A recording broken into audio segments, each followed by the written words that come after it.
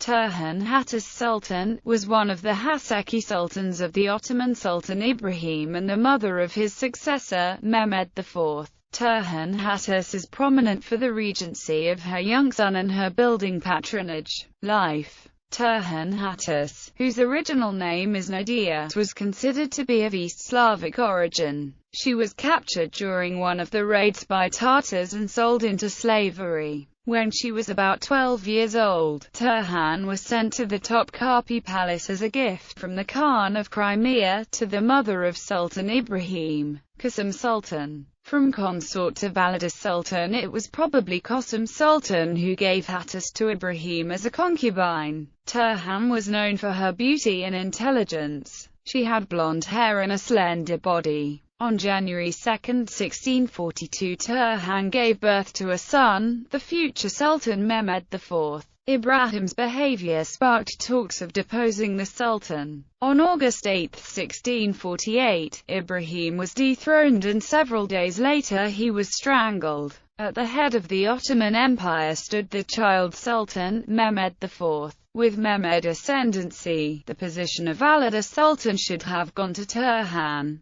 However, Turhan was overlooked due to her youth and inexperience. Instead, the Sultan's grandmother and the previous Valide Sultan, Qasim Sultan, was reinstated to this high position. Qasim Sultan was a Valide under two sons, thus having the more experience of the two women. However, Turhan turned out to be too ambitious a woman to lose such a high position without a fight.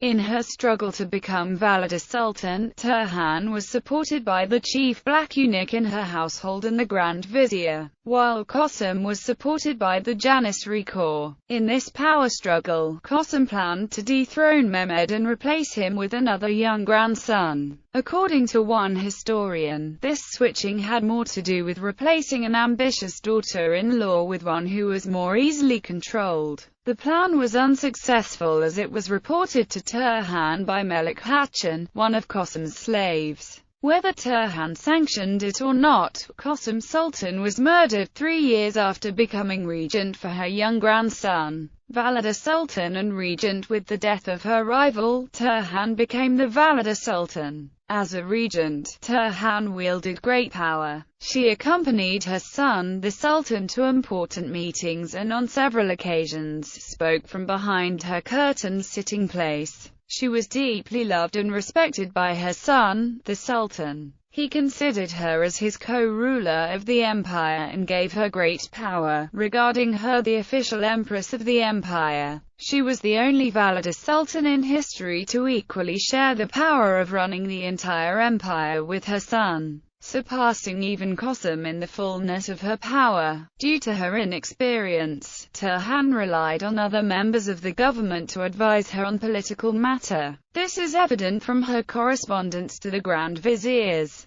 Turhan's regency was marred by at least two factors: the war with the Venetians for the island of Crete, and the financial crisis that arose from the high expenses of waging war. Weak Grand Viziers did not improve the situation. However, in 1656 Khosrow Mehmed Pasha was appointed to the position of Grand Vizier. His condition upon accepting the post was that he be given greater authority than his predecessors. Thus, Turhan transferred her political power to that of the Grand Vizier. Patronage. Leslie Pierce sees the year 1656 as a turning point in Turhan's life. By providing the Grand Vizier with unlimited authority, Turhan limited her own power on the political stage. However, she channeled her energies into other areas of life. Turhan began to build. Her first building project began in 1658. Perhaps in answer to the Venetian threat, the Valide built two fortresses at the entrance to the Dardanelles.